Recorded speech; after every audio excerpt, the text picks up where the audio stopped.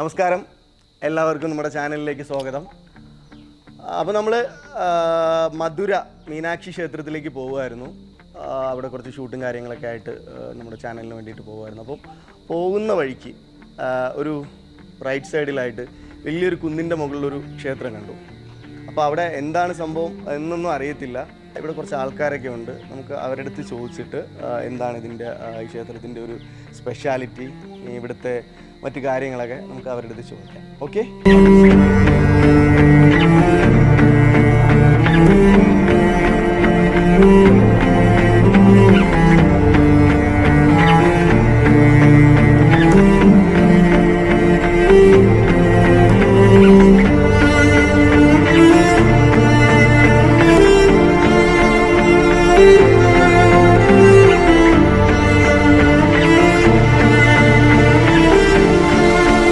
നമ്മൾ അത് ഇങ്ങോട്ട് കയറി കഴിഞ്ഞപ്പോൾ തന്നെ, അതായത് അമ്പലത്തിൻ്റെ മുകളിലോട്ട് കയറിയപ്പോൾ തന്നെ കാണുന്ന ഫസ്റ്റ് സ്ഥലമാണ്. നമ്മളൊരു ഗുഹ പോലെയൊക്കെ തന്നെ അവരത് സെറ്റ് ചെയ്ത് ഇട്ടിട്ടുണ്ട്. അതെന്താണ് അതിൻ്റെ ഐതിഹ്യം എന്ന് അറിയത്തില്ല. இது மாதிரி மலையில் பெருமாள் கோயில் இருந்ததுன்னா என்ன பண்ணுவாங்கன்னா, இதுக்கு கருப்பசாமின்னு ஒரு கோயில் இருக்கும். அங்கே வந்து தான் வந்து நம்ம பக்கத்தில் இங்கேருந்து ஒரு 1.5-2 கிலோமீட்டர் இருக்கும். இந்த டவுனில் இருக்குது. ஓகே, கீழே கீழே ரோடு. ஆமாம், அது வந்து ஃபேஸிங் வந்து இங்கே இதை பார்த்து தான் இருக்கும், இந்த சாமியை பார்த்து தான் இருக்கும். அங்கே என்ன பண்ணுவாங்கன்னா, இங்கே நார்மலாக மொட்டை அடிச்சுட்டு அங்கே போயிட்டு இது பண்ணுவாங்க, நான்வெஜ், அதான் கெடா வெட்டுறது, அந்த இது பண்ணுவாங்க. மற்றபடி எதுவும் இல்லை. பட் நார்மலாக வந்து இப்போல்லாம் ரொம்ப க்ரௌட் இருக்காது. அந்த என்ன சொல்கிறது, புரட்டாசி மார்கழி இந்த டைம் நல்லா க்ரௌட் இருக்கும். இந்த டெம்பிள் பார்த்தீங்கன்னா, எங்கள் ஃபேமிலியில் ஃபஸ்ட் பேபி பிறந்ததுன்னா இங்கே தான் வந்து மொட்டை எடுத்து அங்கே கருப்பசாமி கோயிலில் கிடா வெட்டி சாமி கும்பிட்டு போவோம். ஃபர்ஸ்ட்டு மொட்டை லைக் இங்கே தான் போடுவோம். நெக்ஸ்ட்டு வந்து இன்னொரு குலதெய்வம். அந்த மாதிரி மோஸ்ட்லி எல்லா பீப்புளுக்கும் இது வந்து ஒரு குலதெய்வமாக இருக்கும். நீங்கள் மலையாளத்தில் எப்படி சொல்லுவீங்கன்னு தெரில. ஓகே, ஸோ அதனால் பாப்பாவுக்கு ஃபஸ்ட்டு மொட்டை இங்கே தான் எடுத்தோம். அவருக்கும் ஃபஸ்ட் மொட்டை, அவங்களுக்கும் ஃபஸ்ட் மொட்டை. நான் வந்து இந்த வீட்டுக்கு லைக் மேரேஜ் பண்ணி வந்து பொண்ணு. ஓகேவா? ஸோ அதனால் எனக்கு இங்கே கிடையாது, என்னோட பொண்ணுக்கு இங்கே தான். இது புதிய மொட்டை இல்லை? ஆமாம், இது புது மொட்டை. அவளுக்கு ஃபர்ஸ்ட் மொட்டை இங்கே தான் போட்டோம். ஓகே.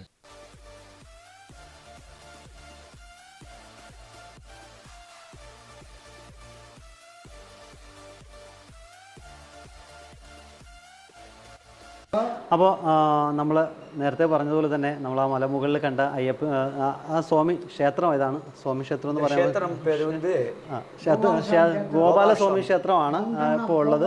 അപ്പോൾ കൂടുതൽ വിവരങ്ങൾ നമുക്ക് ഇവിടുത്തെ സ്വാമിമാരുണ്ട്, നമുക്ക് അവരിൽ നിന്ന് ചോദിച്ച് മനസ്സിലാക്കാം.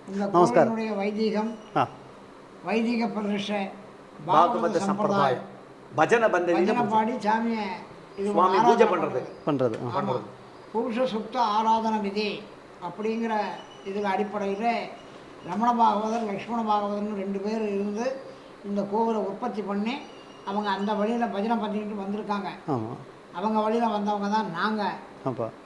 நாங்கள் எங்கேருந்து வந்தோம்? கோதாவரி நதி தீரம். கோதாவரி, ஆந்திரா. ஓகே. அங்கேருந்து once upon a time before 70 years ago முன்னாடி வந்துருக்குறாங்க. சரி. வந்து இங்கேயே ஸ்டே பண்ணி டொனேட்டட் பை டிவோட்டிஸ். அண்டர்ஸ்டாண்ட்? யாஜகம். கிராமம் பூரா யாஜகம். யாஜகம் ஒவ்வொரு மண்டபமாக இருக்கு. பேர் யாஜகம். ஜஸ்ட் நவ் சொன்னா டொனேட்டட் பை டிவோட்டிஸ். புரியுதா? அப்படி பண்ணி ஒவ்வொரு பில்டிங் அந்த காலத்து கட்டடங்கள் கட்டி வச்சு மற்ற சமாச்சாரங்கள், விழாக்கள், திருவிழாக்கள் எல்லாமே நடத்திக்கிட்டே வந்துருந்துருக்காங்க. சாமி எத்தனை வருஷம் பழக்கம் இருக்கும் சாமி இந்த கோவிலுக்கு? 1000. எஸ். எப்படின்னா, கரிகாலன் தஞ்சாவூரில் பிரகதீஸ்வரர் கோயில் கட்டுற காலங்களில், கல்லணை கட்டுற காலங்களில் இந்த கோயில் உற்பத்தி ஆயிருக்கு. சமணர்கள் நம்ம நாட்டை விட்டு நாடு கடத்தப்பட்டார்கள்.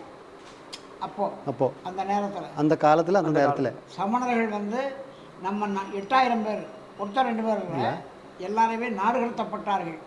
எதனால் தெரியுமா? தெரியாது சாமி. பாண்டியன் காலம், பாண்டிய ராஜாக்கள், மதுரையில் பாண்டிய ராஜாக்கள், கூன் பாண்டியன் அவர் அரசாட்சி பண்ணிகிட்டு இருக்கிற காலங்களில் அவர் தான் சொல்லி சமணர்களை வெளியேற்றுற காலங்களில் இந்த கோவில் உற்பத்தி ஆச்சு.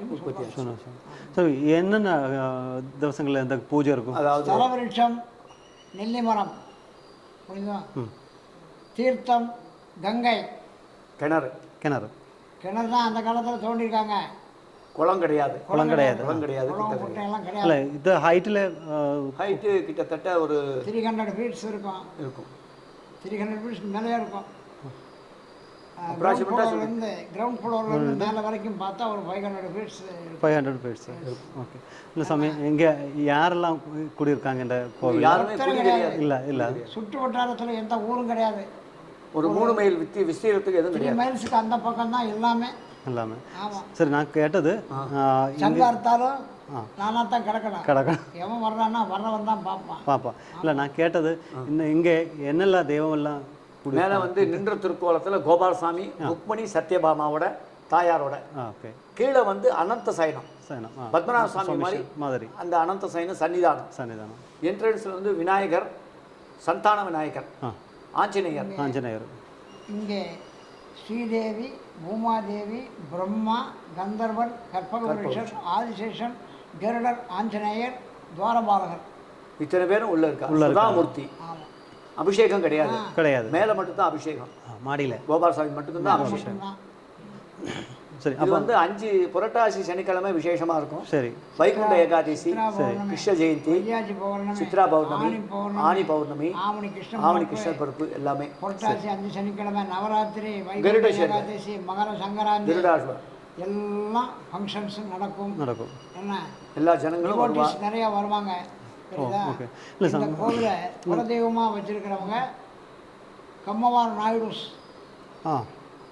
அவங்க கெஸ்ட் தெலுங்கு. கம்மவார் நாயுடுஸ் தான் பெரும்பாலும் இதை மெஜாரிட்டி குலதெய்வமாக வச்சு கொண்டாடிட்டு இருக்காங்க. சரி, நாங்கள் இங்கே வரும்போது ஒரு குழந்தைய மொட்டை அடிச்சிட்டு இருக்கு. அது என்ன? பிரார்த்தனை, வேண்டுதல். இந்த குழந்தைக்கு இங்கே கோயிலில் வந்து மொட்டை எடுக்கணும். குலதெய்வத்து கோயிலில் தான் முதல்ல மொட்டை எடுப்பாங்க. உங்களுக்கு அதெல்லாம் தெரியாதாங்க? உங்களுக்கு மொட்டை எடுக்கலையா? இல்லை எடுத்துருக்கு. பழனி இப்போ மொட்டை எடுத்து அவளுக்கு வந்து பழனி தான். அப்படித்தான் நமக்கு சபரிமலை மாதிரி அவளுக்கு பழனி. சரி. அப்போ சபரிமலை கோயிலும் இல்லை, அது சும்மா அப்படி கிடையாது இல்லையா? ஒன்லி கேஷ், ஒன்லி திருப்பதியும் சபரிமலையும் ஒன்லி கேஷ். ஒன்றும் கேஷ். சரி, നമുക്ക് വേണ്ടത് അറിവ് തന്നത് നന്ദി. നന്ദിക്ക് വിത്താകും. ഇവിടെ നിന്ന് നോക്കിയാൽ തന്നെ ഏകദേശം ഉള്ള എന്താ പറയുക, തമിഴ്നാട് ഏകദേശം ഒന്ന് കാണാൻ പറ്റും. അത്രയ്ക്കും നല്ല ഹൈറ്റിലാണ്. എനിക്ക് തോന്നുന്നു അവർ പറഞ്ഞ ഒരു 300 അടിയോ അങ്ങനെ എന്തോ ഉയരത്തിലാണിത് ഉള്ളത്. പിന്നെ അത്യാവശ്യം കാര്യങ്ങളൊക്കെ അവർ പറഞ്ഞു തന്നു. നന്നായിട്ട് എന്താ പറയുക, നമ്മൾ ഇതുവരെ പോയതിൽ ഏറ്റവും നന്നായിട്ട് അവർ ഇരുന്നു, നമുക്ക് വെള്ളമൊക്കെ തന്നു. പിന്നെ നമുക്ക് ആ ഒരു പ്രതിഷ്ഠ ഉണ്ട്, അതൊഴിച്ചിട്ട് ബാക്കിയുള്ള എല്ലാം നിങ്ങൾ ഷൂട്ട് ചെയ്തോളാൻ പറഞ്ഞു. അപ്പോൾ ഭയങ്കര സന്തോഷം. കാര്യം ഒരിടത്തും ഇല്ലാത്ത പോലെ. ഇതിനു മുന്നേ ഞങ്ങളൊരു ക്ഷേത്രത്തിൽ പോയിട്ടുണ്ടായിരുന്നു. അവിടെ കുറച്ച് സെക്യൂരിറ്റി പ്രോബ്ലംസ് ഒക്കെ ഉണ്ടായിരുന്നു. അവിടെ നമുക്ക് ക്യാമറ പോയിട്ട് അവിടെ ഒന്നും പറ്റത്തില്ല. എനിക്ക് തോന്നുന്നു ഈ തമിഴ്നാട്ടിലെ ഗവൺമെൻറ്റിൻ്റെ അണ്ടറിലുള്ള ഒരേ ഒരു ക്ഷേത്രം.